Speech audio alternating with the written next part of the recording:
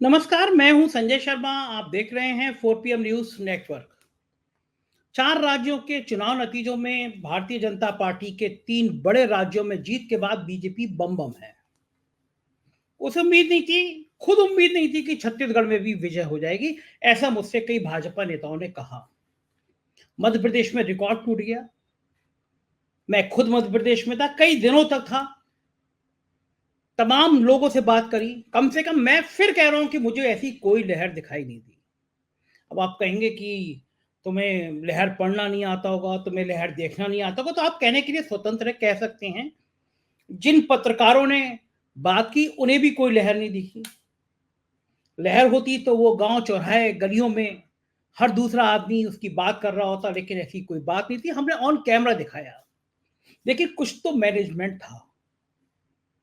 क्या मैनेजमेंट था, इस पर बात करने से अभी नेता बच रहे हैं।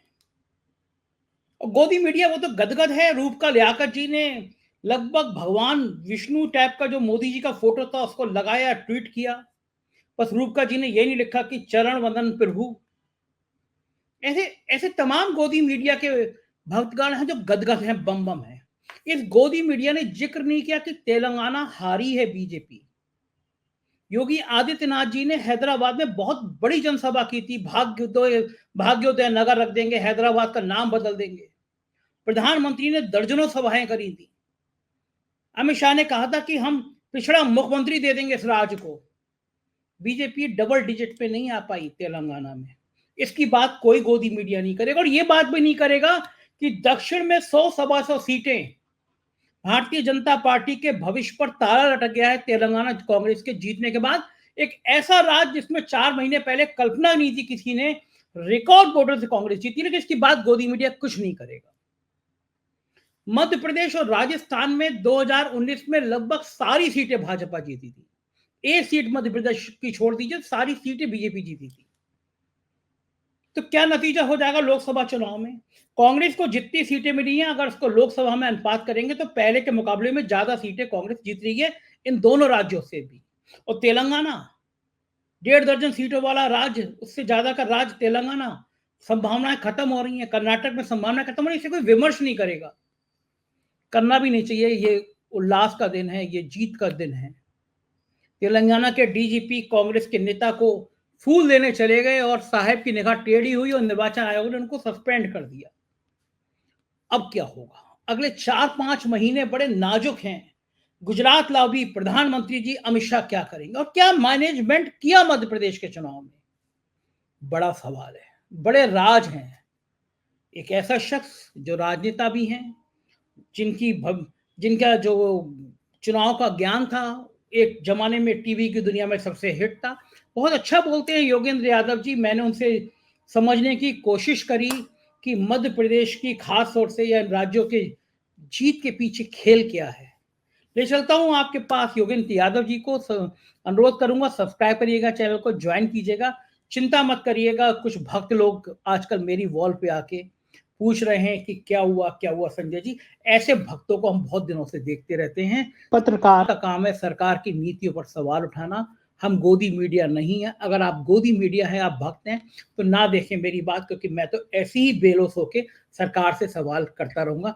चलते हैं योगेंद्र यादव जी के पास। स्वागत है योगेंद्र जी आपका। मैं लगातार आपको सुन रहा था, आपके आकलन देख रहा था, और मैं उस जमाने से आपको देख रहा हूं जिस जमाने में आप अनुमान लगाते थे और हम कहते थे योगेंद्र जी के अनुमान है, ये गलत हो ही नहीं सकते।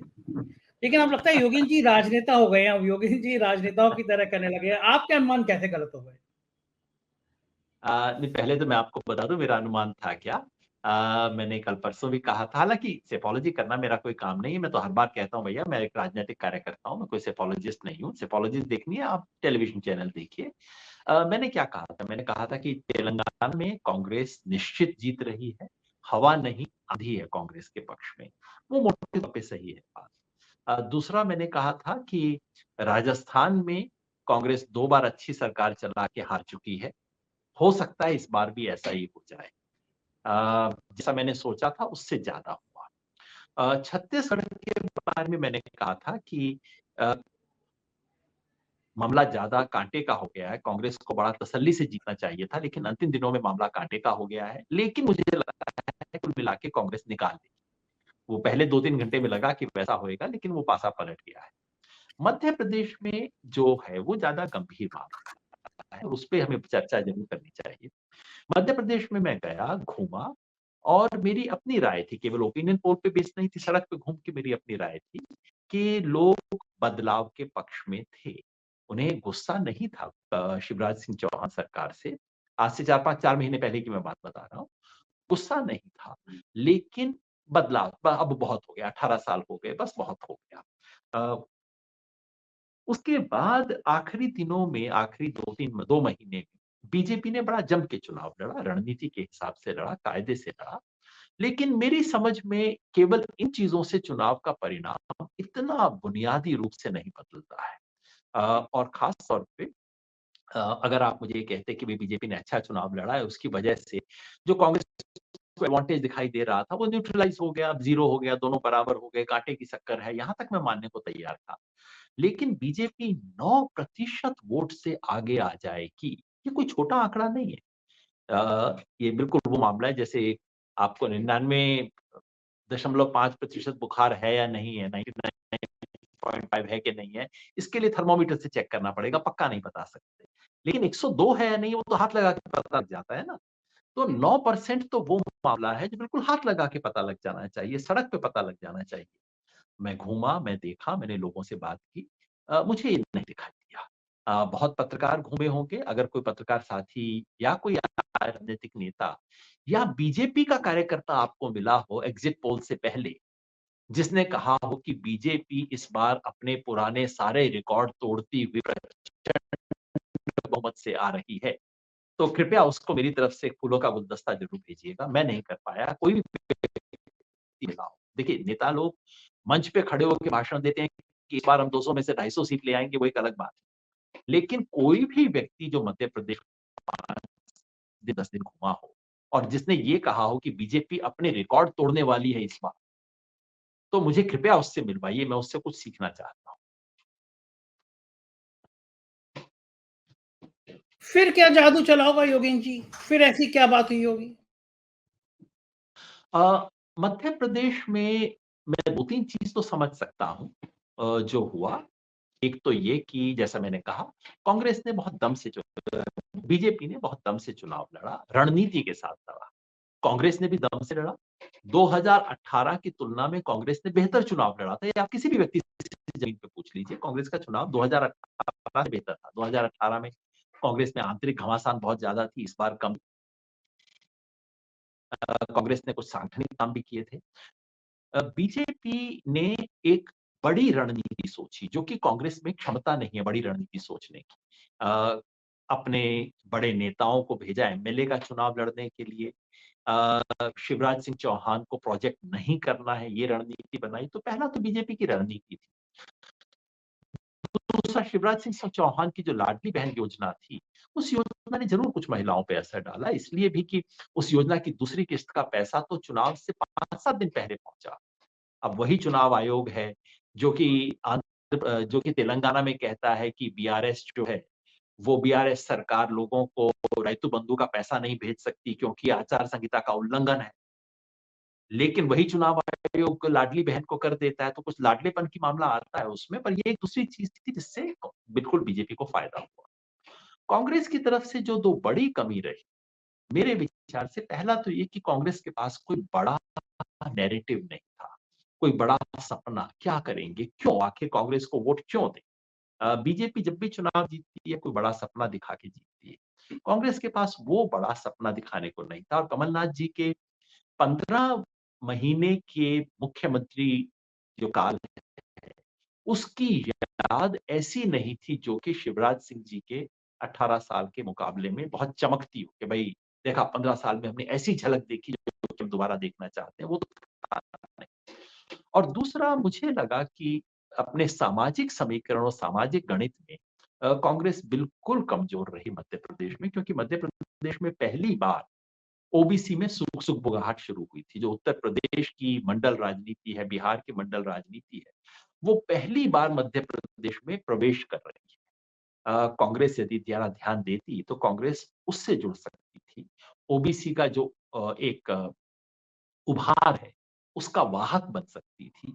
मगर वो बनने की बजाय कांग्रेस ने तो बीजेपी से भी कम ओबीसी को टिकट दिया, तो ओबीसी में जो एक बन सकता था कांग्रेस के प्रति रुझान, वो कतई नहीं बना, वो सारा रुझान ओबीसी का बीजेपी के प्रति बना।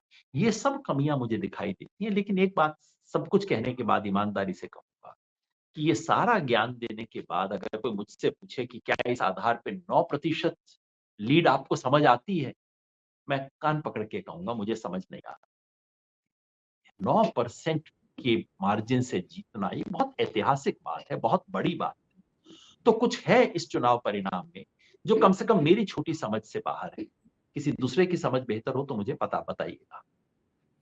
योगेंद्र जी, एक दशक से आप चुनाव को बहुत करीब से देख रहे हैं और आप सड़क से लेकर एक नहीं संसद तक 3। लोगों को 3 दशक से सर देख रहे हैं। सड़क से जी। संसद तक राजनेताओं को देखते हैं, सिस्टम को देखते हैं। योगेंद्र यादव ये कह रहे हैं कि मुझे समझ नहीं आ रहा, कोई यकीन नहीं करेगा। ये हो सकता है कि योगेंद्र यादव को समझ आ रहा है, योगेंद्र यादव वो शब्दों को अभी कहना नहीं चाह रहे। कुछ-कुछ मुझे तो यही समझ में आ रहा है। देखिए, कम से कम जिस दिन चुनाव परिणाम हो उस दिन पहला तो यही देखना चाहिए, आपको मान के चलना चाहिए कि जो परिणाम आपकी आँख के सामने है वो सही है और वो लोगों की भावना की अभिव्यक्ति है और लोगों के सामने सर झुकाना चाहिए, उसे समझने की कोशिश करनी चाहिए। अमूमन जब लोग चुनाव हार जाते हैं, कोई पार्टी चुनाव हारती है, तो वो तमाम किस्म के बहाने बनाती है और वो बहानेबाज़ी मुझे बहुत ही बेकार और भौंडी लगती है, लोकतंत्र में ऐसा होना नहीं चाहिए। तो कायदा यही है कि आप सर झुका के सम्मान करें, अगर समझ में आए तो बताइए, समझ में ना आए तो ईमानदारी से बता दें, इतना भी चतुर बनने की कोशिश ना करें कि जो चीज़ समझ में कतई नहीं आती उसके लिए 5-10 पॉइंट बता दें कि ये भी हुआ, वो भी हुआ। तो वाक़ई मेरी समझ से फिलहाल परे है इतनी बड़ी विजय। यदि बीजेपी और कांग्रेस मतलब बीजेपी कांग्रेस से 5 सीट फालतू ले लेती, जैसा पिछली बार हुआ था कांग्रेस ने 5 सीट फालतू ले ली, वैसा कुछ हो जाता तो समझ आते। देखिए, कुछ मोटी चीज़ याद रखिए, 2018 में बीजेपी और कांग्रेस का वोट लगभग बराबर था। उससे पहले के 3 चुनावों में लगातार बीजेपी का वोट घटता जा रहा था और अंततः 2018 में दोनों का वोट लगभग बराबर हो गया। सीटों में संयोग से कांग्रेस 5 आगे निकल गई। पिछले 5 साल में ऐसा क्या हुआ जिससे बीजेपी का वोट जो बराबर लगातार गिरते-गिरते कांग्रेस के लेवल पे आ गया था, अब उठ के अभूतपूर्व स्तर पे चला गया। ऐसा क्या हुआ? एक मोटी राजनीतिक बुद्धि में बात तो समझ आनी चाहिए ना। बीजेपी का संगठन मजबूत है, लेकिन भाई साहब वो तो 2018 में भी था। बीजेपी के पास रणनीति है, कब नहीं थी। कांग्रेस रणनीति में कमजोर है, कब कमजोर नहीं थी। कांग्रेस में आपसी खींचतान है, कब नहीं थी।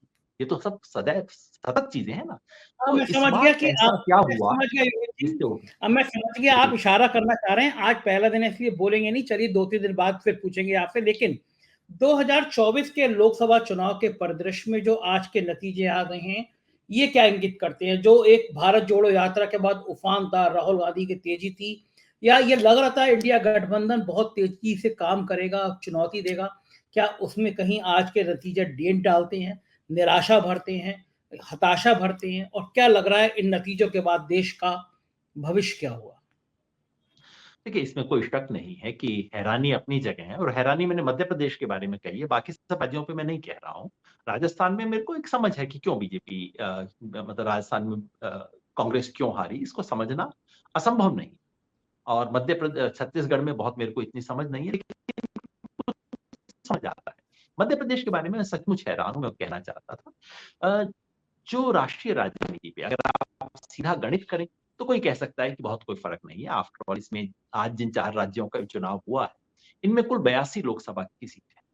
पिछली बार बीजेपी को 65 थी, कांग्रेस को तो कुल जमा 6 सीटें ही थी और आज के चुनाव के बाद कांग्रेस की 6 के बढ़ के 15 के करीब पहुँच जाएँगे, क्योंकि तेलंगाना में सिर्फ 3 थी। आज के आधार पे कांग्रेस को 10-11 सीट तेलंगाना में आ जाएगी। तो आप आंकड़ों की दृष्टि से कह सकते हैं कि कांग्रेस तो मजबूत हुई है। आप ये भी कह सकते हैं कि कोई भी देश में 2024 का अनुमान लगा रहा था और सोच रहा था कि मोदी कैसे हारेंगे, तो वो कम से कम मध्य प्रदेश और राजस्थान के आधार पे तो अनुमान नहीं लगा रहा था। तो वो भी बात सही है कि मध्य प्रदेश, राजस्थान, गुजरात, छत्तीसगढ़ में कौन सोचता है कि बीजेपी को बहुत बुरी हार होगी लोकसभा चुनाव। मगर ये सब कहने के बावजूद सच ये है कि इससे मूड मिजाज में एक मायूसी आती है, सिर्फ कांग्रेस के लिए ही, उन तमाम लोगों के लिए जिसमें कम से कम मैं शामिल, जो सोचते हैं कि इस देश में सत्ता परिवर्तन अब अनिवार्य है, इसके संविधान को बचाने के लिए, देश को बचाने के लिए। उन लोगों के लिए झटका है, इसमें कोई इससे इनकार नहीं करना चाहिए इस सच से, और इसमें बहुत कुछ सबक है जो सीखने पड़े, और उसको जब अगर हम स्वीकार नहीं करेंगे तो फिर बार बार वही होगा जो कि आज हुआ है। विपक्ष को सीखना पड़ेगा। सबक इसमें विपक्ष की एकता के बारे में है। वैसे छत्तीसगढ़ और मध्य प्रदेश में हार के पीछे विपक्ष का बंटवारा नहीं था, लेकिन राजस्थान में इसका एक प्रमुख कारण विपक्ष का बंटवारा था। राजस्थान में सीपीएम और बीएपी दो पार्टियां थी जो कांग्रेस के बहुत नजदीक थी, जिनसे कांग्रेस का समझौता हो सकता था। पता नहीं क्यों नहीं हुआ, आज तक मुझे समझ नहीं आया कि ये क्यों नहीं हुआ, और उसकी वजह से सीधे 15 सीट का नुकसान हो चुका है कांग्रेस को। दूसरा, कांग्रेस का जो अपने भीतर चेंज कर सकने की जो क्षमता है, अब आप बीजेपी को देखिए, बड़े बड़े लोगों को ठिकाने लगा दिया। वसुंधरा राजे सिंधिया को एक नेता के रूप में प्रोजेक्ट नहीं होने दिया। शिवराज सिंह चौहान को, सिटिंग चीफ मिनिस्टर को, प्रोजेक्ट नहीं होने दिया। कांग्रेस राजस्थान में अपने ऐसे एमएलए को, जिनके बारे में सारी दुनिया जानती थी कि इनके खिलाफ जनता का भारी गुस्सा है, कांग्रेस के लीडर मानते थे कि हाँ भाई इनके खिलाफ तो बड़ी एंटी इनकम्बेंसी है, उनका टिकट कांग्रेस नहीं काट सकती। तो अगर आप अंदर इतनी उदारता रखें और बाहर इतना एक तरह का सख्त रुख रखें तो दिक्कत होगी। मैं समझता हूँ सिंपल लेसन है कि बाहर उदारता रखिए और अंदर थोड़ा सख्ती कीजिए, ये दोनों बिल्कुल स्वाभाविक हैं। ये आपको सबक सीखने की बात है। और अंततः देश के सामने दो और चीज इसमें मैं कहना चाहता हूँ। एक तो ये कि कांग्रेस का जो अपना जनाधार है और कांग्रेस का जो नेतृत्व है, दोनों में समन्वय नहीं। जनाधार कांग्रेस का है गरीब, दलित, आदिवासी, पिछड़ा, माइनॉरिटीज। कांग्रेस का नेतृत्व कहां से आता है वो आप खुद जानते हैं ज्यादातर जगहों। और दूसरा, कांग्रेस का नेशनल डिक्लेयर्ड एजेंडा क्या है और कांग्रेस कैंपेन किन विषयों पे करती है, उन दोनों में भी तारतम्य नहीं है। राहुल गांधी कहते हैं जाति जनगणना, जमीन पे मैंने किसी कांग्रेस कैंडिडेट या कार्यकर्ता को जाति जनगणना का जिक्र करते हुए भी नहीं सुना। अब ये जरूर है इंग्लिश टीवी चैनल वाले कह देंगे इससे कास्ट सेंसस की अब बात हट गई इत्यादि, ये सब कुछ होगा। मैं कहता हूँ पर कास्ट सेंसस की बात हुई कहाँ, कहीं तो हुई, मैंने तो एक जगह पे नहीं देखा किसी को चर्चा करते हुए भी। राहुल गांधी अडानी के खिलाफ मोर्चा खोल देते हैं, उनके अपने मुख्यमंत्री उनके साथ खड़े हुए दिखाई देते हैं। तो कांग्रेस की नेशनल जो पोजीशन है और उसकी जो लोकल पोजीशन, दोनों में तारतम्य होना बहुत अनिवार्य है। तो ये कुछ सबक हैं जो मुझे लगता है सीधे सीधे हैं। योगी जी, एक चीज और थी, इंडिया अलायंस का गठबंधन की नाराजगी भी दिखाई दी। मध्य प्रदेश में कमलनाथ ने कहा कौन अखिलेश हो अखिलेश, पलट के अखिलेश यादव ने कमेंट किए। इंडिया गठबंधन के बारे में मैसेज गया कि ये तो अभी बना नहीं, टूट दिखाओ पहले हो गया। अखिलेश यादव ने कहा हमें सीटें नहीं देनी थी तो देर रात तक, आधी रात तक क्यों बिठा के रखा, हम तो सिर्फ 4-5 सीटें मांग रहे थे। ये कहाँ पे बाधा आया? आपके साथी आपके बनने से पहले ही बिखरने लगे तो जनता में तो मैसेज गलत जाएगा, ये पहले ही लड़ने लगते हैं ये लोग। बिल्कुल ठीक बात आप कह रहे हैं, मैसेज गलत जाता है। हालांकि मध्य प्रदेश में जैसा आप जानते हैं बहुत ज्यादा अलायंस पॉलिटिक्स का खेल था नहीं मध्य प्रदेश में, और समाजवादी पार्टी ले दे के मुजारे जी की 2 सीट हैं और एक आधी सीट यूपी बॉर्डर पे है, उससे ज्यादा में समाजवादी पार्टी का असर नहीं है। और अब जब परिणाम भी आप देख रहे हैं तो कांग्रेस और बीजेपी को छोड़ के केवल एक सीट बाहर गई है, और वो भी समाजवादी पार्टी को नहीं, वो बीएपी जो राजस्थान वाली पार्टी है उसको मिली है। तो ये तो सच है कि आंकड़ों में बहुत बदलाव, मतलब वास्तव में जमीन पे गठबंधन से चुनाव के परिणाम पे असर पड़ने वाला था ऐसी बात नहीं थी, लेकिन परसेप्शन भी एक चीज है। और कम से कम इतनी तीखी बातचीत अपने ही एलाइज के साथ, ये तो बहुत ही दुर्भाग्यपूर्ण थी, इससे देश में बिल्कुल गलत मैसेज गया। इसलिए जब इंडिया गठबंधन के सहयोग की 6 तारीख को बैठेंगे, जो कि आज खबर मिली है, तो मुझे उम्मीद है कि कुछ बेहतर तेवर होंगे। शायद दोनों तरफ ये एहसास हो इस बार कि नहीं, हमें जरूरत बीजेपी की इस बड़ी जीत का। एक फायदा जो एनडीए को हो सकता है, जो इंडिया कोलिशन को हो सकता है, वो यही है कि एक सच्चाई का एहसास, कि हम सबको अपने अपने कद का, अपने अपने वजन का एहसास हो, और ये समझ आए कि हमें इस वक्त इस अलायंस की बहुत सख्त जरूरत है। और अगर कोई एक पार्टी बहुत डोमिनेंट नहीं है, और एक पार्टी अगर अब सबको अपने अंगूठे के नीचे दबाने की कोशिश नहीं करती, उस तरह का वजन महसूस नहीं कर रहा कोई, तो उससे ये अलायंस करना पहले की अपेक्षा ज्यादा सुगम हो जाएगा, ऐसा मुझे लगता है। उत्तर प्रदेश के संदर्भ में मैं और आपसे बात करना चाहूंगा कि सबसे बड़ा राज्य है। आधी कांग्रेस कह रही है सपा से अलायंस करो, आधी कांग्रेस कह रही है बसपा से अलायंस करो। आपकी दृष्टि से कांग्रेस के लिए किसके संग अलायंस ज्यादा उचित होगा? उत्तर प्रदेश के बारे में आपसे ज्यादा कौन जानता है, मैं क्या ज्ञान दूं आपको उत्तर प्रदेश के बारे में। सच ये है कि खाली सपा से करने या खाली बसपा से करने से काम नहीं चलेगा। पिछली बार सपा और बसपा दोनों ने अलायंस कर लिया था और फिर चुनाव बुरी तरह हारे थे। तो उत्तर प्रदेश में न सिर्फ एक बड़ा अलायंस चाहिए, बल्कि उस अलायंस के अलावा कुछ और चाहिए। जमीन पे सामाजिक गठबंधन चाहिए। उत्तर प्रदेश का जो दुर्भाग्य है वो ये है कि वहां पिछड़ों की और पिछड़े, दलित और अल्पसंख्यक की राजनीति तीन अलग दिशा में जाती है। जब तक इन तीनों को जोड़ा नहीं जा सकता, केवल पार्टियों के अनमने गठबंधन से काम नहीं चलेगा। उत्तर प्रदेश को कुछ बड़ा चाहिए, कुछ नया चाहिए, कुछ भिन्न फॉर्मूला चाहिए। तो अगर ये मामला हो गया कि भाई कांग्रेस पहले से तो थोड़ी मजबूत है, और मजबूत होने के नाते कांग्रेस एक दिशा में, सपा दूसरी दिशा में और बसपा तीसरी दिशा में, तो इससे बेहतर मौका तो फिर बीजेपी को कोई मिल ही नहीं सकता। फिर तो बीजेपी जितनी पिछली बार थी उससे भी बढ़ाने की सोचे। तो और कांग्रेस मैं तो इस कांग्रेस चुनने के के खिलाफ हूँ। एक सवाल हो, ये अगर मान लीजिए ये अलायंस नहीं होता है, किसी से भी अलायंस नहीं होता, कांग्रेस अकेले जाने का फैसला करती है उत्तर प्रदेश में, तो क्या होगा? मेरे ख्याल से बहुत समझदारी का फैसला नहीं होगा। कम से कम आज की स्थिति में तो अगर कांग्रेस अकेले लड़ती है, सपा अकेले लड़ती है, बसपा तीसरी तरफ अकेले लड़ती है, तो आप और मैं दोनों जानते हैं उसका परिणाम क्या होगा। जैसे मैंने कहा, फिर तो बीजेपी इनके सबके तीनों के घर एक एक मिठाई का डब्बा भेज देगी। इससे बढ़िया बीजेपी को और क्या चाहिए। तो आखिरी इसमें सवाल तो शिवेन जी, बिल्कुल ठीक बात है। मैं समझ गया, आप चाहते हैं कि एक गठबंधन बने जिसमें सपा बसपा कांग्रेस तीन इकट्ठे हो, आप चाहते हैं। आखिरी सवाल, क्योंकि आपको जाना है, तेलंगाना की जीत क्या संदेश देती है? कांग्रेस के लिए कितनी संभावना के द्वार खोलती है? अगर इन तीनों हिंदी पट्टी के राज्यों के परिणाम ये बताते हैं कि जीता जिताया इलेक्शन कैसे हारा जाए, तो तेलंगाना आपको बताता है कि हारा हुआ इलेक्शन कैसे जीता जाए। क्योंकि तेलंगाना का इलेक्शन हारा हुआ था। कांग्रेस 30% से नीचे उतर गई थी, और ऐसा लग रहा था अब कांग्रेस की वही गति यहाँ होगी जो कि बंगाल में हुई है, जो आंध्र प्रदेश में हुई है, जो बिहार में हुई है। लेकिन कांग्रेस ने एक नया अध्यक्ष चुना, नई ऊर्जा हुई, भारत जोड़ो यात्रा हुई, और जम के विपक्ष का काम किया सड़क पे आके, और जम के विपक्ष की भूमिका निभाई। तो अंततः जनता ने भी उसका सम्मान किया। खूब कॉस्ट कांग्रेस को पे करनी पड़ी उसके लिए, लेकिन अंततः जनता जो सड़क पे लड़ते हैं उनका साथ देती है। तो कांग्रेस के लिए और विपक्ष के लिए संदेशा स्पष्ट है। संसद को इतना देखना कम कर दीजिए, सड़क को देखना थोड़ा ज्यादा कर दीजिए। बहुत बहुत शुक्रिया योगेन जी, आपने समय दिया, हम आपका आभार व्यक्त करते हैं, और कुछ दिन बाद फिर पूछेंगे कि मध्य प्रदेश का वो राज आपको समझ आ गया कि नहीं। Thank you. आएगा तो बता।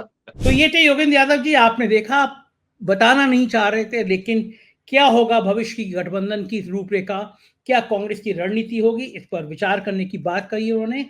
6 दिसंबर को इंडिया गठबंधन की बैठक बुलाई गई है। जाहिर है कुछ नया तो होगा ही होगा। देखते रहिए 4 PM, सब्सक्राइब करिएगा, कमेंट करिएगा, अपनी राय से अवगत कराइएगा। शुक्रिया, थैंक यू।